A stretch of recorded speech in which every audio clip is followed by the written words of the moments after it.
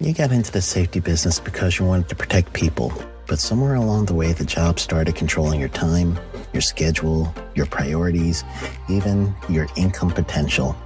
What if the expertise you've built over the years in the field can give you something more? More freedom, more control, more ownership of your future.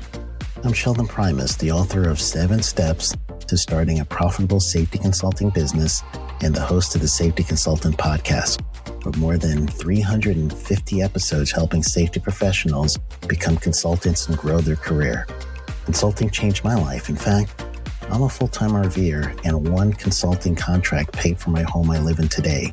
Now, I help safety professionals build their own consulting practice through bi-weekly coaching calls, accountability, and personal guidance. But this program isn't for everyone. Start with the Consultant Readiness Audit at sheldon.coach. What if everything we thought we knew about safety was just interference? From the host of the Rated R Safety Show and the founder of Safety FM comes the complete Signal Transmission Trilogy, now available in one powerful edition. Safety, in my opinion, the book that started the conversation. Safety Mutation, where the boundaries of culture, systems, and belief begin to break. And now, Safety Transmission, the final piece of the signal. For the first time, all 3 books are together in one volume. The Signal Transmission Trilogy, Complete Edition. This isn't just about compliance. It's about consciousness. It's about decoding the way we think, lead, and live, inside and outside the system. Whether you've been following the signal since the beginning or you're just now tuning in, this is the version to own.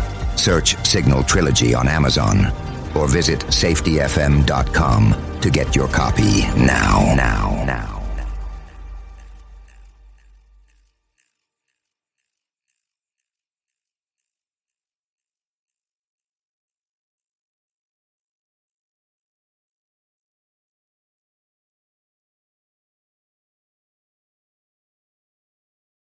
Hi, this is Jim from Safety Wars. Before we start the program, I want to make sure everyone understands that we often talk about OSHA and EPA citations, along with some other regulatory actions from other agencies, legal cases, and criminal activity. Everyone is innocent until proven guilty in a court of law. Proposed fines are exactly that, and they are often litigated, reduced, or vacated. We use available public records, news accounts, and press releases. We cannot warranty or guarantee the details of any of the stories we share, since we are not directly involved with these stories, at least not most of the time.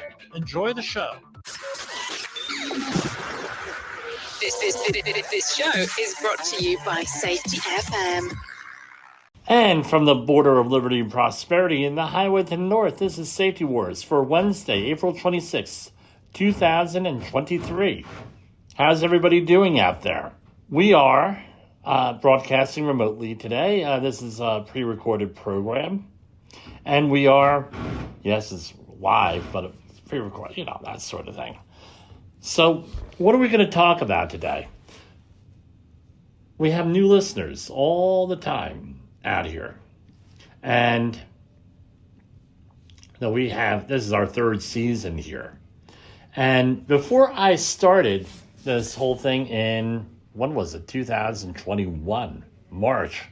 And I hit a milestone birthday in 2020.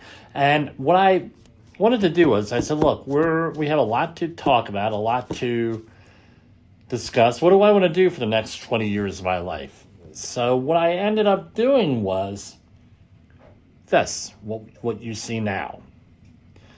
And I had been working on some stuff for years, putting things together, getting it right, and everything else. What I realized was, you don't need to have everything perfect. You need to have stuff 90% of perfect. Because, like with my first business, I had people who were involved with it that were willing to sacrifice everything for the perfect, because it wasn't perfect. Therefore, we shouldn't be releasing things. And as I found out, and once you start listening to these programs, and especially the live programs, I usually like doing this stuff live, because it's you're forced to do it in one take. You're like a radio person, which is what we essentially are. We're internet radio. And we like to do things first take. There is no do-over. Some of the challenges I find with the podcasting, especially when I was not doing any of this stuff live, was with the podcast, you are working on it. Oh, that didn't sound good, so we're going to rewind it. Oh, we have to put in this little thing and that little thing. Normally, I just have a mixer board, and I'm just hitting buttons on there and everything else. And with podcasting, you have to do what's called post-production. With the live programs, there's very, very little post-production. Sometimes you do it, sometimes you don't, that sort of thing. So we have new listeners here all the time, and I appreciate you folks being out there. We get a lot of activity on Twitch. We are on twitch.tv. We're on YouTube Live. Our links are on our website at safetywars.com. We're also on Facebook, and LinkedIn, and Twitter doing this live. So we're hoping to expand things and everything else. But getting back to the beginning with the milestone birthday, I said, we need to change the way things were going. This was before COVID. Safety professionals, what are we? Safety professionals are often not valued. Now, an argument can be made that nobody feels really valued at work, really. And if you are valued, treasure that job. But safety professionals often get the brunt of everything, and it's our own fault.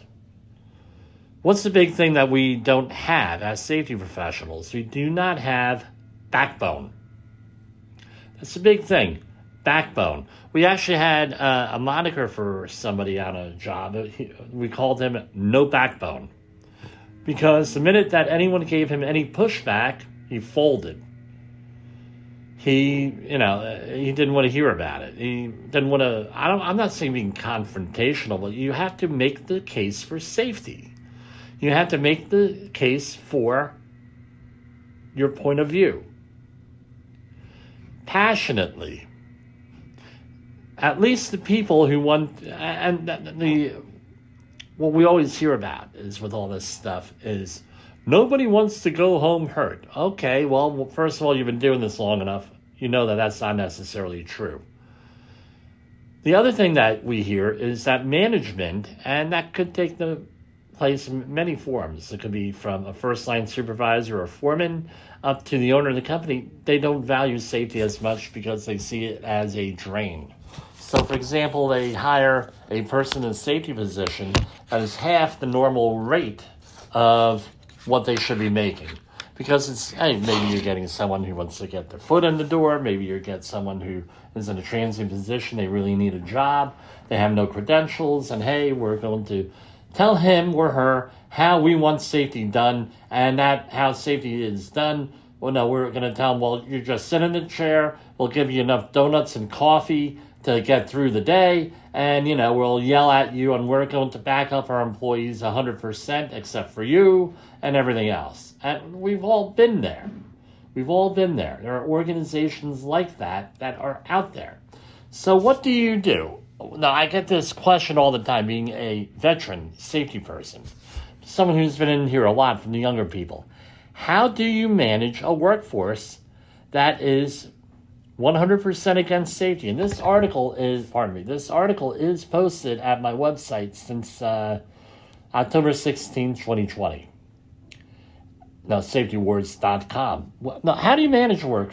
Well, and I said, well, first of all, they're not 100% against safety. Because as we know, especially if you're on the HOP journey, workers have a tendency of correcting themselves to make the work safe, to get stuff done.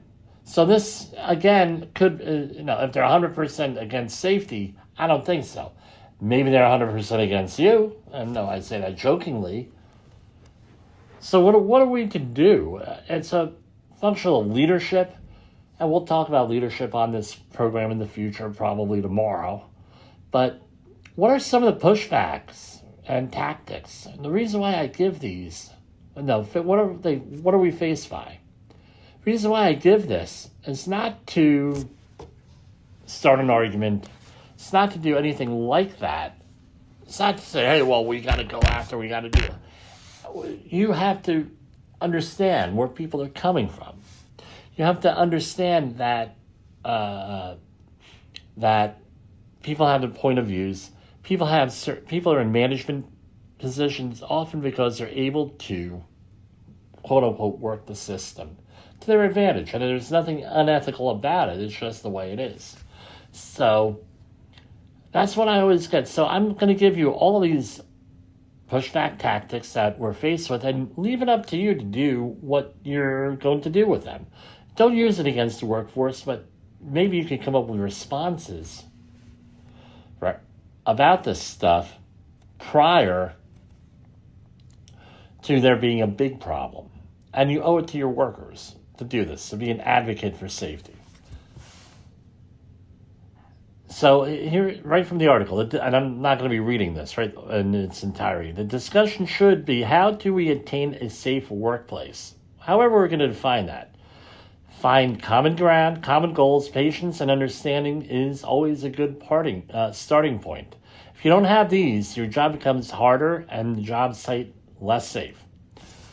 So when I do this, especially for safety professionals, if I'm giving them some type of a training of some sort, 40-hour HAZMOP or outreach training, I always include this in the safety management systems section here. So all these rules are based on Rules for Radicals by Saul Alinsky. And Alinsky wrote the book to teach progressives to implement change. How are they going to implement change? When I first learned about the rules, it was back during my political days, and I recognized them as many of the same tactics used in organizations, big and small, workplace, political movements, what have you, to prevent change. They want the status quo, or maybe they want things to change. And what's the end result? They contribute to toxic work environments and negatively impact safety. So if you employ these rules, you will not have a safe working environment. It's going to be toxic.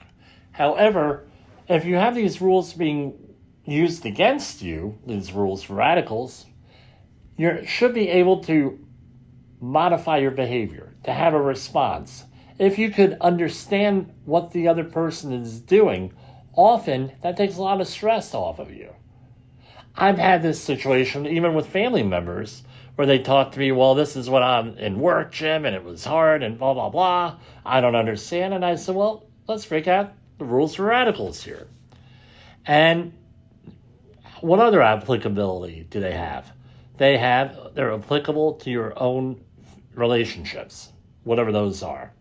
So don't use these on coworkers or anybody else, but it's critical that you understand them. If you understand the tactics, you can manage, prepare, and respond to them positively. So a little background on Saul Alinsky. He was a community organizer in Chicago who came up with these rules after the 1968 Democratic National Convention, where they had riots and things of that nature. He said, look, you can't do this, have rioting. You have to become part of the system and work within the system. So number one, power. Here are 13 rules. Power is not only what you have, but what the enemy thinks you have. This could be as simple as hearing, I have worked here for a long time. I am, and you can insert your favorite family relationship or association. Then the person says, leave me alone and don't rock the boat, or I'll make trouble. This can be done overtly, or it could be implied. Often this is the reason why a company hires you, especially if you're a consultant, is to manage their problems. Sometimes this is better left for the human resource department. The end result is that you cannot do your job effectively and might lose it. The person who said this, hey, power, right, who said, hey, leave me alone, blah, blah, blah, right, keeps their job and people get hurt. And usually when you finish your assignment or you're fired, you figure out the person lied to you. They often are not respected in the organization, and you were called in to manage them, and you didn't manage them. And again, this is giving you the idea, well, I have all this power here, you leave me alone. And these situations have to be handled early. Never go outside the expertise of your people. This is what a lot of people, where they foul up. Provide expertise and advice about what you know. Tread carefully into areas you don't have the expertise in. Because if you're wrong, you're going to be destroying your credibility. This is what happened, what we were discussing yesterday with the public health system, specifically with the CDC. They went outside of their expertise of the people that they had as spokespeople, which was respiratory protection and biological safety. Even Fauci says, well, hey, I just get this, I'm not at fault, what do I know, blah, blah, blah, blah, blah. Okay, great. But it's a factor of message received versus message sent. If you are giving a guideline to someone and it's wrong, you're the one with the problem. You communicated that guideline, at least morally and ethically. I don't know about legally. So don't go outside your expertise. More importantly, talk to the person about it. Because telling them what's safe or unsafe, now you're a supervisor or somebody else, a blowhard. However you want to put it. Maybe if you start to learn with the person and you develop a learning team like Brent Sutton says, or you talk with a person, now you become a colleague. How's that? You become an equal, basically. You don't want to be lording over people, especially if you're a safety professional. If you find yourself outside your expertise, admit it, ask, talk, do whatever, research, get an answer from someone who's qualified. And maybe the worker, you could ask their opinion on it. And this way you get trust and you get a relationship, and maybe they'll come over to your side. Whenever possible, go outside the expertise of the enemy. So one of the things that Alinsky puts into place, and again, man of his times, this book was written in the late 60s, early 70s. People were enemies, if they were either friends or enemies, black and white. We do know that might not necessarily true. So the previous rule and this rule complement each other. One strategy is to undermine you is to find your strengths and weaknesses and concentrate on what you don't know. For example, you know a little bit about forklifts and you're auditing one trade on forklifts.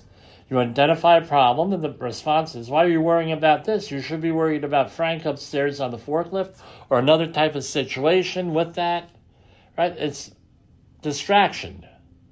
You learn that there is no one named Frank and there is no forklift on the other level. That's manifests itself all the time. People changing the subject, going outside the your expertise, and everything else. Okay, well, maybe you'll learn something. Maybe you have to humor them, whatever. But again, make the enemy live up to his own book of rules. Number 4. Prior to enforcing a rule, make sure you are the one obeying it. Don't make a rule that you don't intend to enforce. Again, this is the COVID-19 stuff. This could be as easy as telling someone to wear a hat, and then they not wear one, and then you don't wear one.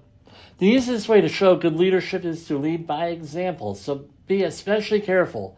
If management encourages the breaking of rules, they will often blame you and will mention it during your annual review or other inopportune moment. So they'll be encouraging things for the workforce to do one thing and then you're doing something else. That's one way. But the other thing is, you gotta, if you say, hey, safety glasses, everyone gotta wear safety glasses. You gotta do physicals, everyone go for a physical. Number 5, ridicule is the most potent weapon. This is the go-to, especially if you have a potential to be successful or to achieve some success with changing a corporate culture. People who are against change often use ridicule behind your back.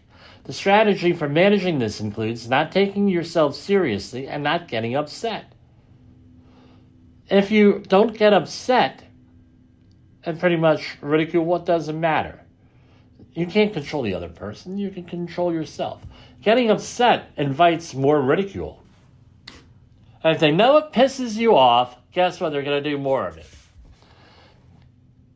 So how do we do this? There's a lot of things you could do.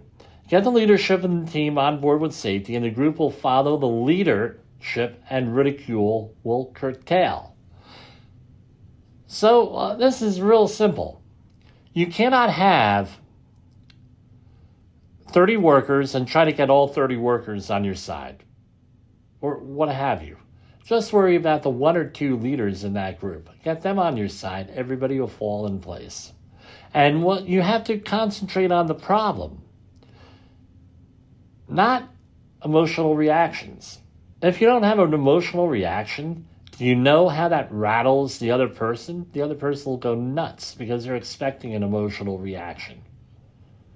The other thing is this. You got to know very closely when to confront someone. I fortunately have gotten the knack in a lot of situations with this, and then it really diffuses the situation. Like, you always hear this thing, praise in public, criticize in private. It is. If someone starts to fight with you up front, and we have stories here all the time about stuff like that in my career. And if you confront them, I'm not saying yelling and screaming, starting an argument, simple logic and reason and being calm diffuses the situation. Then they learn not to confront you in public anymore. It happens. What was the story I was sharing about this? It happened to me. One story. I was in a safety meeting with around 80 people. This was the weekly toolbox talk. And the shop steward didn't want to comply with a certain safety rule. I said, look, this is what the rule is. And they knew that if I did not enforce the rule, I would likely, again, this is 20 years ago, I would likely be fired from the job, thrown off the job, and I needed a job. So what ended up happening was, I said, look, anybody who wanted to change this rule or not enforce it, they were going to be thrown off the job. And I said to him, and he was the shop steward, he said, well, you're doing this, you should be fighting on our behalf not to have this stupid rule, blah, blah, blah, blah, blah. I said, well, look, we're not going to, for us to change the rule here, the construction management firm, it was one of the largest ones in the country at the time, you've heard of it. They will have to change the rule to all 1,000 of their projects. I don't think they're going to do it. I don't think somebody here is going to have the political capital or the will to do that. Number one. Right? And this is what I try to, oh, you should be doing that. I said, I tell you what. I said, John, his name was John. I said, John, you're very articulate. I said, you're very passionate. You have some very good reasons behind what you're saying. I tell you what, right after this meeting, and again, he's a shop steward and a union official in front of 80 people roughly. Why don't we go up to this other person's office, and I'll stand right behind you with this, and you can go and you can argue it to him. And then when you argue it to him, we'll see what the results are going to be. He knew that if he went up there and argued with the person, they would have he would have gotten fired. So guess what happened? He didn't follow up. He didn't make the argument. He had egg on his face, what we call. And the ridicule of me stopped, and he stopped ridiculing me and everything else. Might have done it behind my back, but what happened was his workforce was completely undermined with him. I said, look, I was going to bring the person, the shop steward, who is a union official, up to the person to argue this, to get this rule changed. And he wouldn't do it. What am I supposed to do? Well, you know that you can't do it. He'd probably get thrown off the job. I said, yeah, and I would get thrown off the job too, but you're okay with that, right? Because you might get somebody, quote unquote, worse than me. And this is just the way it is. People forget that we were in the behavior-based safety world then. But even in the HOP world, there are certain rules that they have, especially in construction. One of them is a hard hat, and a lot of the construction jobs, it's that you cannot be out there doing work without gloves on. I disagree with that because there are some jobs you can do with gloves that you're going to need dexterity in, but guess what? They didn't want to hear about it. So a good tactic is 6 and 7. A good tactic is one your people enjoy, and a tactic that drags on too long becomes a drag. How can you use this to your advantage with a safety program? Learn an activity that the workforce enjoys. There are activities that the workforce enjoys. It's easy to do. Hopefully it's affordable and gives you some results.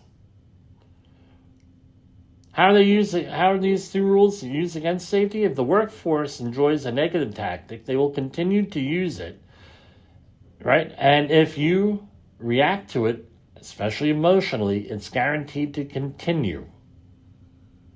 When you use an old safety program that does not work or is stale and the team cannot relate to it, you will have failure. It's not going to work. That's one thing with safety programs and everything. The data is out there, and some are good, some are not so good.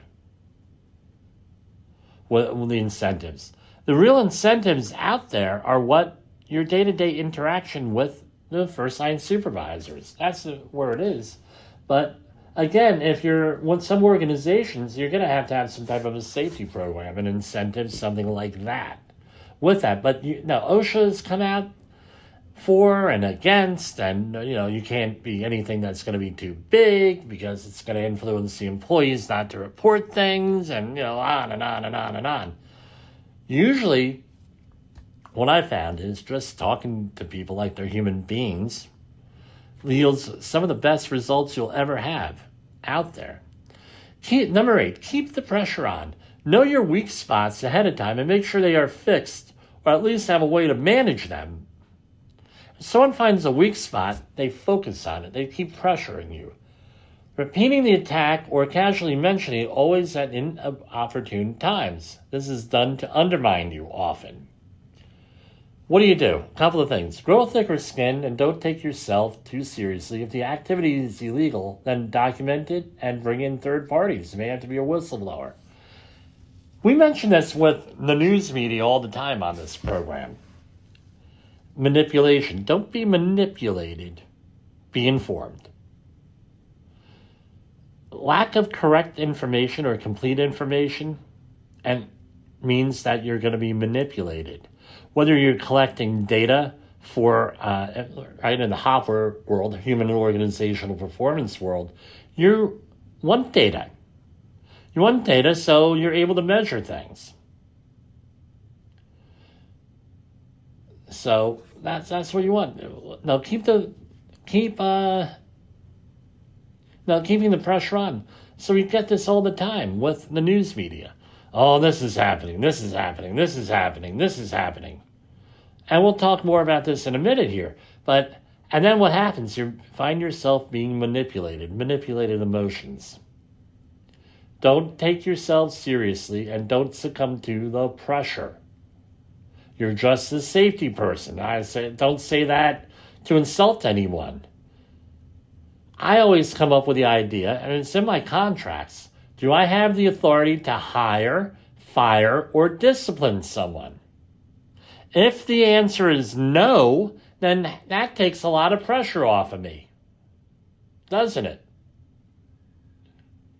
And during the any accident investigations that are out there, or mishap, whatever we're calling them nowadays, doesn't matter what we call them, learning team. All right, well, you were the safety person. How come you didn't stop him or her? Well, it's been documented multiple times. I mentioned it multiple times. He or she refuses to do it. It was reported to the supervisor. Or the system, and I was just dealing with this recently, the system that you have in place does not manage this situation. It's bad ergonomics.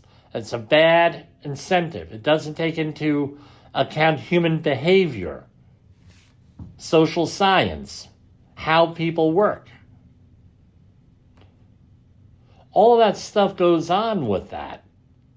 And then, then I end up saying, well, I didn't design the system. As a matter of fact, I argued against it. I'm not the decision maker here. Perhaps we can talk to the organization and with the organization on how this came about. So maybe we could fix it from there, because if we're going to be relying on the human being to work harder, again, putting pressure on him or her, to work harder and to try harder and to work safer, guess what? You're not going to be successful. That's just the way it is. My wife was like, man, you're getting into a big rant last night. I said, yeah, that's me. Before my mother-in-law died, I used to yelling into the microphone, and she thought I was yelling at my wife in the basement. I said, no, I'm yelling into the microphone. Number 9. Remember number 9. The threat is more terrifying than the thing itself. Your own imagination can be your own worst enemy. People who've been at rock bottom and worked their way out of it will tell you that rock bottom ain't so scary, unless you're in jail. Something not scary can't be used as a threat. And guess what? If you are not threatened, you are not intimidated by someone, you have a backbone, you completely disarm them. And by the way, it pisses them off even more, which is great. Yeah, what are you going to do? You're going to fire me? No, I actually told this to someone. You're going to get fired. And I used the old Dr. Evil thing, right? Line from Austin Powers. If you fire me, I'll be inconsolable for 15 or 20 minutes. I'll make 3 phone calls and I'll have another job on Monday. What do you think? I'm afraid of you? Right? And the guy's like, oh, where did I go? And he was so shocked. Again, my whole thing is to get along with people and to manage people and everything else. But when you get to these folks with screaming and yelling and everything else, threatening you, guess what? You're able to disarm them. And if you could disarm them with humor, all the more power to you. Guess what? It doesn't matter. It does not matter. Let them threaten you. Go ahead, unless it's with a gun or something, then that's a different story. They want to threaten? Go ahead, threaten me. You got your ducks in a row. You have things documented. Not too much that they could do. You're just laughing off. And guess what? Then that throws them for a loop. Believe me, it throws them for a loop every time. The major premise for tactics is the development of operations that will maintain, we're on number 10, that will maintain a constant pressure upon the opposition. Let's repeat that. The major premise for tactics is the development and operations that will maintain a constant pressure, goes back to number 9, upon the opposition. I list a number of them, but this is not a complete list. You probably have your own list. Here are some of them. Call you on days off to ask you questions that can be left until your return. So you're out there at the beach. You're at the Jersey Shore. You're down in St. John's, St. Thomas, right? St. Croix. You're in Orlando at Disney. This actually happened to me when I was at Disney last time. Call you on days off. And then you're like, okay, well, this is the thing. Well, do you turn your phone off on vacation? On the same day, people coordinating come to you with all the problems. And by the way, that's usually not a coincidence. Sometimes it is. Sometimes it's not. They all come to you at the same time. Oh, we got this, now you got pressure on you. This one has got away. And now we can talk about data files being lost. But change paperwork, lose paperwork, and then blame you or somebody else. I had somebody throw out, I had it on my desk, and this is in the days before we had smartphones and photocopiers on job sites. I've had someone throw out all my paperwork for a job. That's happened already, right? That has happened already. And then they say, well, I don't know. And then we find out that the first time we couldn't find it out. Second time I had copies. And then it happened again. And I said, well, it's funny. You guys, all of a sudden, you're the only person in the office. All the paperwork for the job, safety related, gets thrown out. And here I have, and you're the only common denominator twice here. And no one else has keys to the office. No one else is allowed in the office. Humna. Oh, okay, great. Again, it's to keep pressure on you. Steal resources. It could be something as simple as a dry erase marker for a presentation and taking other critical equipment. So whenever I go somewhere, and the one time I've done this recently, I reminded myself of this whole thing here, right? Bring your own stuff. I don't care if it's a microphone. I don't care if it's a projector. I don't care if it's a whiteboard with markers and erasers. Bring your own stuff when you can. Because I can guarantee you there are people that do not want that have... No, you're a consultant. You're brought in to consult with people who usually have a problem in their organization. They don't want to hear anything that you have to say. But the thing is this. They judge us on what other health and safety people do. So this happened to one of my former employers, where the person who was giving safety training for that organization, the internal person, this is when I was a corporate safety guy, hellish safety training class. Everything was monotone. Today we are doing your 8-hour refresher for the 8-hour HAZWOPER course. And it was just a nightmare for people to go through. So when I showed up, and I am the way, 20 years ago, I haven't changed, all right? So when I show up, hey, this is the way we're going to do, and we have an interactive training, and we do this, and we do that. They're not expecting that. But what happens at the beginning of it, they sabotage you. General sabotage, steal resources. No, you're giving a presentation, you need a whiteboard for it, they take all the markers and the eraser. Now what do you do? Well, I have a workaround for that too, but doesn't matter. General sabotage. Right, that's another way. Favoritism. So what do? You continue to do your job and be professional. One result of these tactics is to get a reaction out of you. Then the perpetrators play the victim card and report you as the problem. You need to document these situations, secure your own resources, documents, and equipment, and call people out in a professional way when they try these tactics and get caught. You got to work for positive solutions. Again, this is, you're going to say, well, Jimmy, no, this doesn't happen, and you work with fouled up people? Yeah, I work with fouled up people. This is the way it is. If you push a negative hard and deep enough, it'll break through to the counter side. So make a negative into a positive. It's easier to, and I shared this story just now with the person who was going to get me thrown off the job, itching to do that. And what did I do?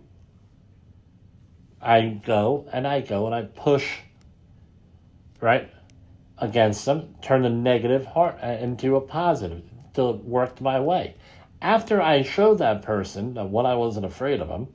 Number two, he didn't intimidate me. Number three, he was not, everything was rhetoric, and he wouldn't even do what he was asking other people to do. How do you think his credibility went on that job? He was nice as pie to me afterwards. He was so cooperative, it wasn't even funny with that. At least to the end of that job.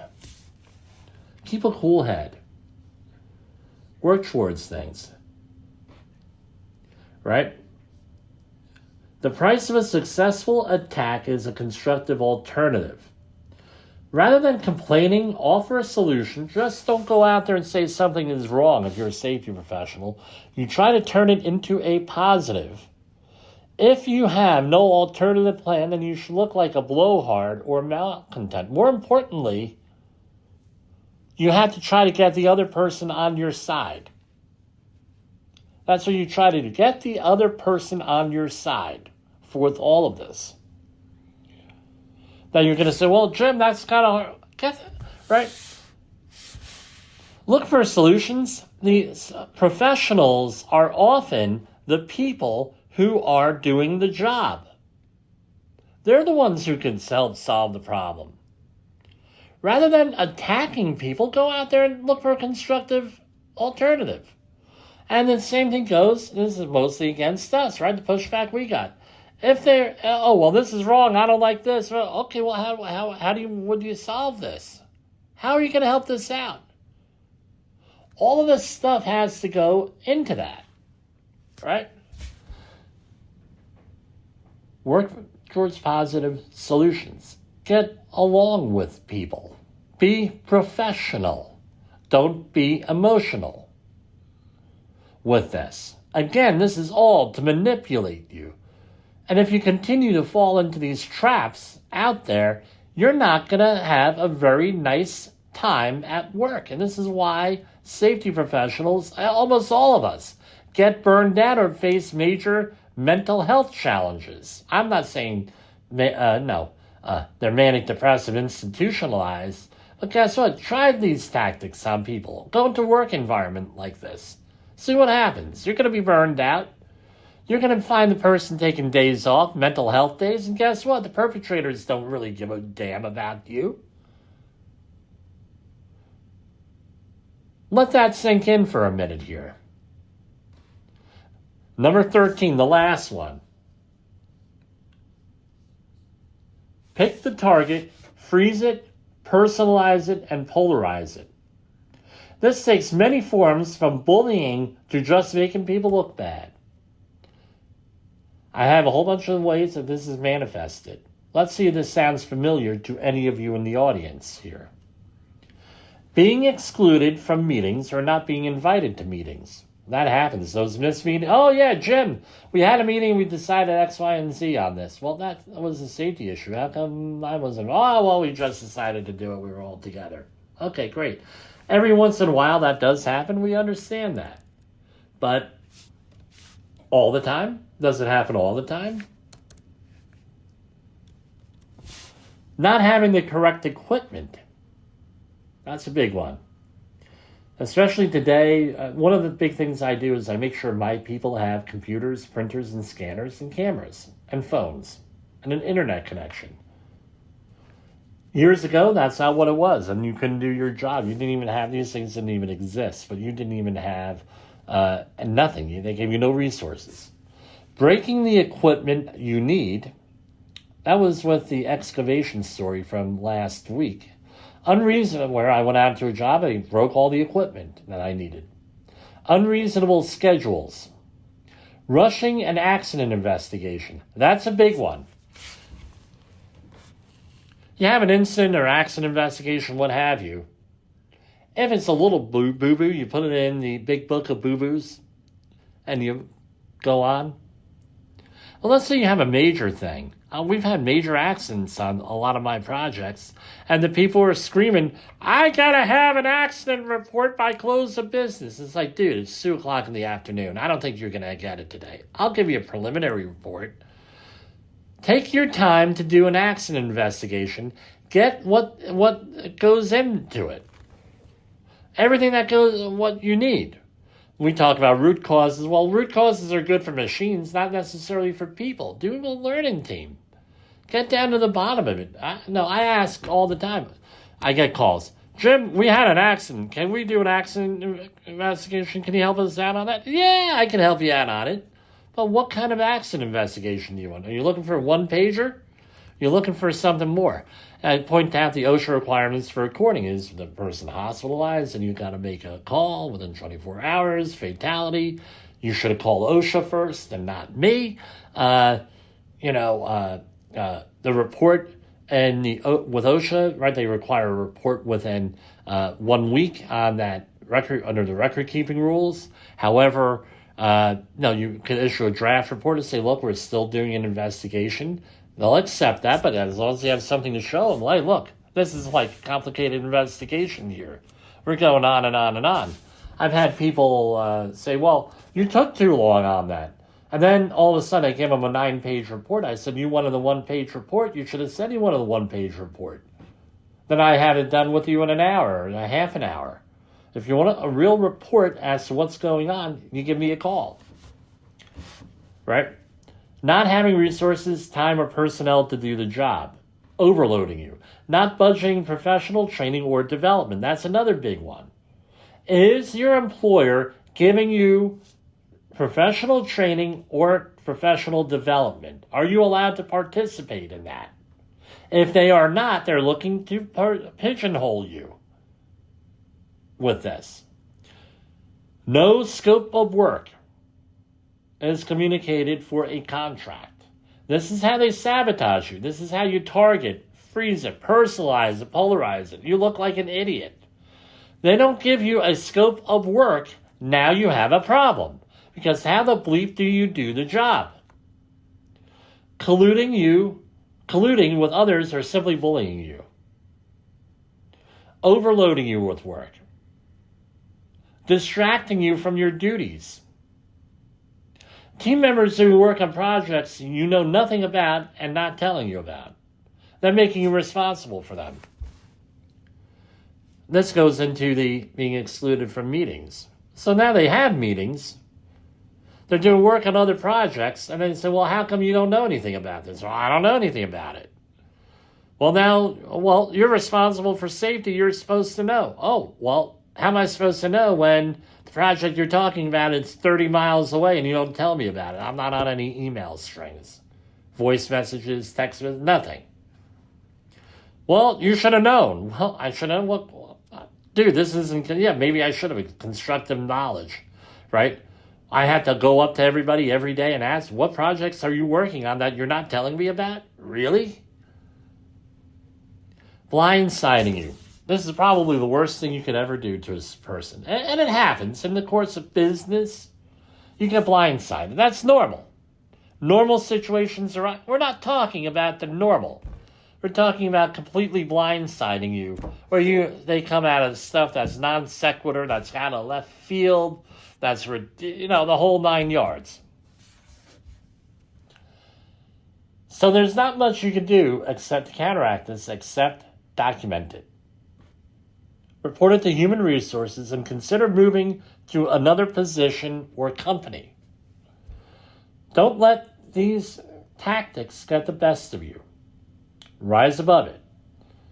They're trying to elicit an emotional reaction from you and manipulate you to do what they want or not what they don't want you to do. And this works at the workplaces, personal relationships, schools, what have you. Revenge, don't take revenge. Pain for pain is not, you're rarely ever successful, and then now you sell your soul. And you hurt yourself. Like the old saying, right? If you're seeking revenge, you better dig 2 graves. These people are not usually worth your time. A family member, maybe. They're not worth your time, effort, or soul. Concentrate on the positive people with potential. Don't waste your time with these people. You got to cut bait at a certain point.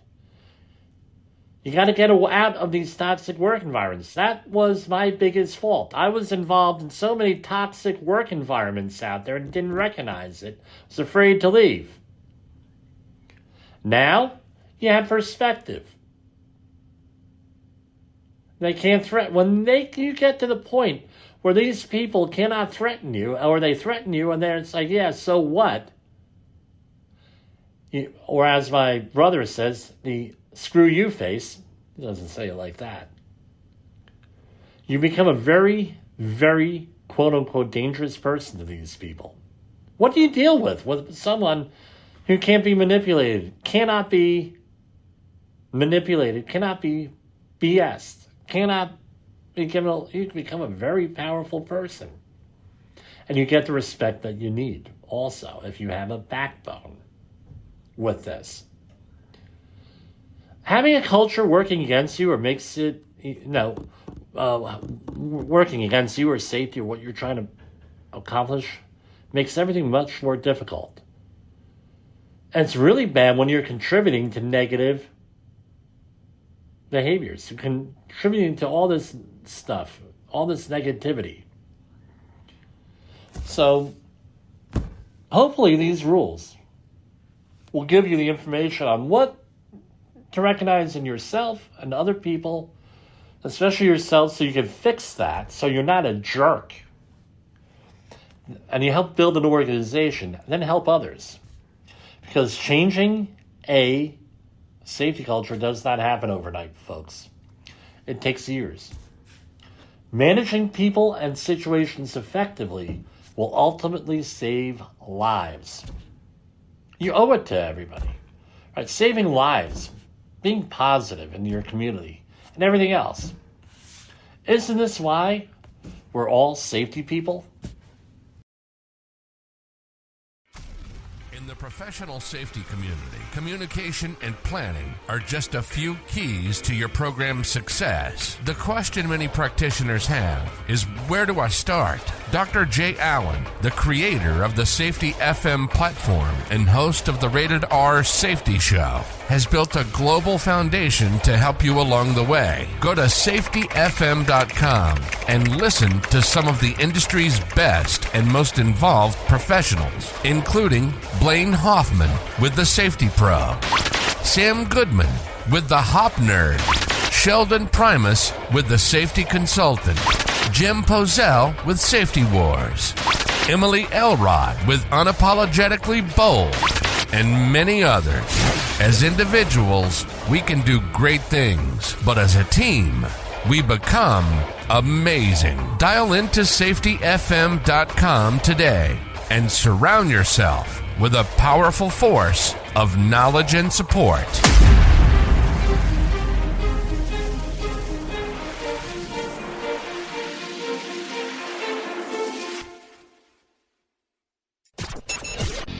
The views and opinions expressed on this podcast are those of the host and its guest and do not necessarily reflect the official policy or position of the company. Examples of analysis discussed within this podcast are only examples. They should not be utilized in the real world as the only solution available, as they are based only on very limited and dated open source information. Assumptions made within this analysis are not reflective of the position of the company. No part of this podcast may be reproduced, stored in a retrieval system, or transmitted in any form or by any means, mechanical, electronic, recording, or otherwise, without prior written permission of the creator of the podcast, Jay Allen. You got into the safety business because you wanted to protect people, but somewhere along the way, the job started controlling your time, your schedule, your priorities, even your income potential. What if the expertise you've built over the years in the field can give you something more? More freedom, more control, more ownership of your future. I'm Sheldon Primus, the author of 7 Steps to Starting a Profitable Safety Consulting Business and the host of the Safety Consultant Podcast, with more than 350 episodes helping safety professionals become consultants and grow their career. Consulting changed my life. In fact, I'm a full-time RVer, and one consulting contract paid for my home I live in today. Now, I help safety professionals build their own consulting practice through bi-weekly coaching calls, accountability, and personal guidance. But this program isn't for everyone. Start with the Consultant Readiness Audit at sheldon.coach. What if everything we thought we knew about safety was just interference? From the host of the Rated R Safety Show and the founder of Safety FM comes the complete signal transmission trilogy, now available in one powerful edition. Safety, in my opinion, the book that started the conversation. Safety Mutation, where the boundaries of culture, systems, and belief begin to break. And now, Safety Transmission, the final piece of the signal. For the first time, all 3 books are together in one volume. The Signal Transmission Trilogy, Complete Edition. This isn't just about compliance. It's about consciousness. It's about decoding the way we think, lead, and live, inside and outside the system. Whether you've been following the signal since the beginning or you're just now tuning in, this is the version to own. Search Signal Trilogy on Amazon or visit safetyfm.com to get your copy now.